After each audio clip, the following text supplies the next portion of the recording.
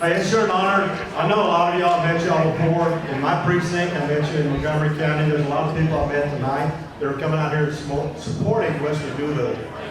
Where else? You know, we're flooding in Texas, and he's got a full house. That says a lot, Wesley. He's been there a lot of y'all don't know my background. I started here in the late 80s under Sheriff Joe Corley. I worked for Sheriff Tommy Gage, Guy Williams. I ran for constable in 2016, and I've been a constable since 2017. I know a little bit about law enforcement. I spent most of my career on the front lines on the war on drugs and organized crime in Montgomery County and the surrounding counties. I've worked on the border. I've been in different places. And I know that Wesley has that same background. He's been a go-getter. I met him 20-odd years ago when he was a trooper, and I was a meth lab specialist, and he rolled up on a meth lab. And that's the first time I actually got to meet Wesley. We've been friends ever since. I followed him through his career. He went through the narcotics services, and then as a Texas Ranger. There's one thing I can say about Wesley that I can't say about our current sheriff. I can call him, and he will answer his phone.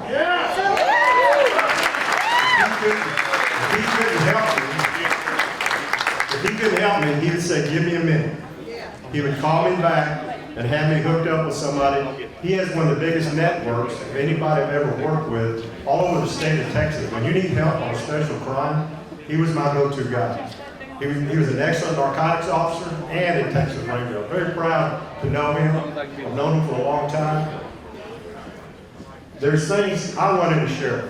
I don't want a CEO that sits in a tower somewhere and doesn't understand what's going on in our communities or our streets. I want a sheriff that's part of our community, that gets out on the streets. He checks with his people. I don't think he needs to be writing tickets, but he should be out there with those guys that are writing tickets and make sure they're getting everything they need and the support from his staff as a sheriff. I don't see that right now. I'm friends, you know, Montgomery County Sheriff's Department was my family for over 2 decades. I'm still friends with tons of people there. Tons of them. They come to me and tell me they're just not happy. And it's not all about employees. When you run a business, you've got to bring the morale up, right?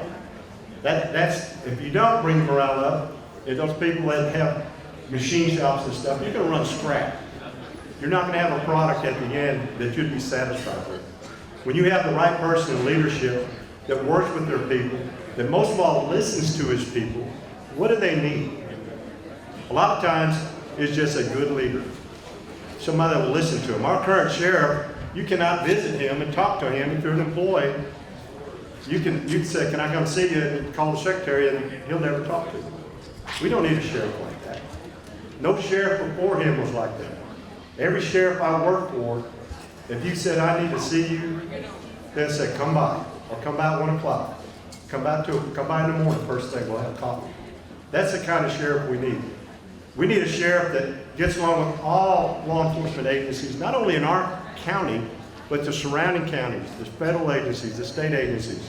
We need a sheriff that communicates with those people and listens to them and helps each other. Tommy's here tonight, Sheriff Tommy Gage. I don't know if y'all.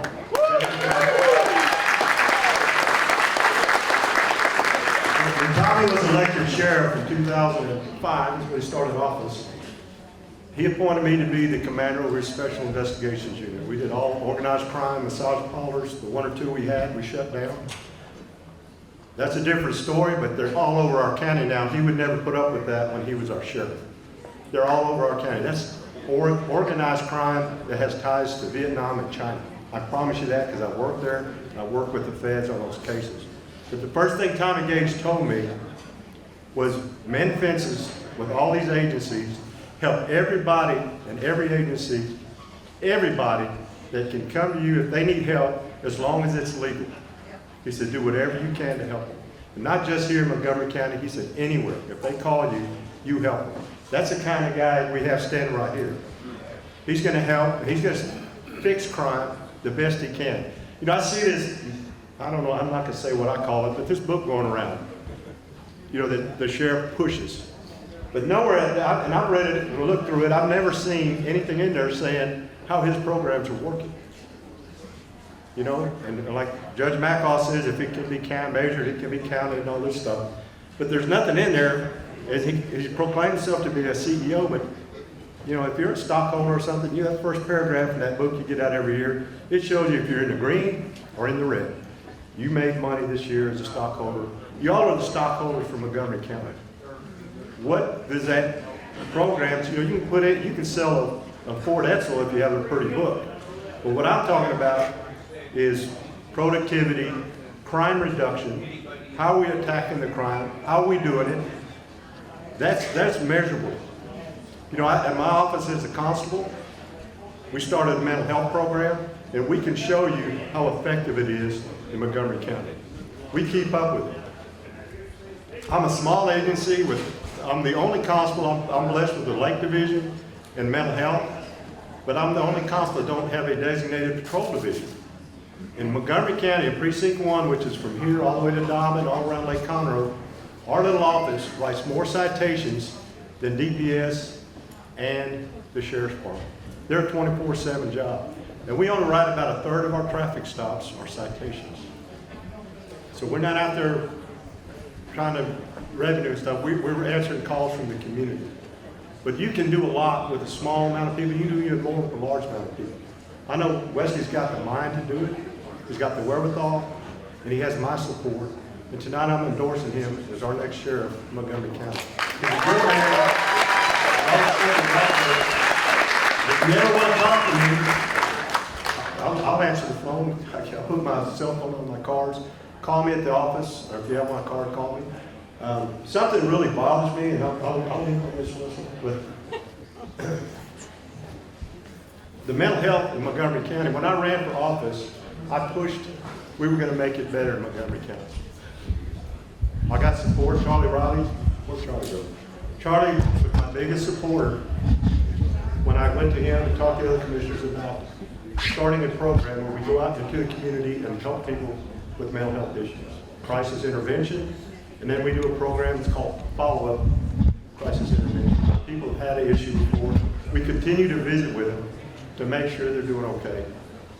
I was blessed in the Commissioner's Court with ARPA funding to go from a 6-man team to we have 24 full-time mental health people in Montgomery County. And Charlie was a big part of that. I really appreciate it. This year in Commissioner's Court, the court gave the sheriff a bunch of positions. We talked about crime. We got, you know, I'll let Wesley, I'm not going to steal his thunder on some of these stats. The crime is up in Montgomery County. The Commissioner's Court gave the sheriff positions. His primary job is to protect you and your community. He started a small mental health division to compete with me and try to take my mental health people because I'm supporting Wesley Doolittle. I was threatened by other elected officials, not a whole bunch, you can count them all on one hand. If I hired this guy, that they were going to attack me, and had lunch with the sheriff, and he promised me that he'd have someone running against me for constable. Here I am, unopposed, for my 3rd term.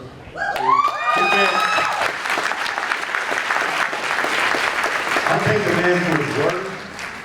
He couldn't even keep that promise to me. So. Anyway, there's a little saying a lot of you ranchers know, and I'm going to say it. He's all hat and no cap.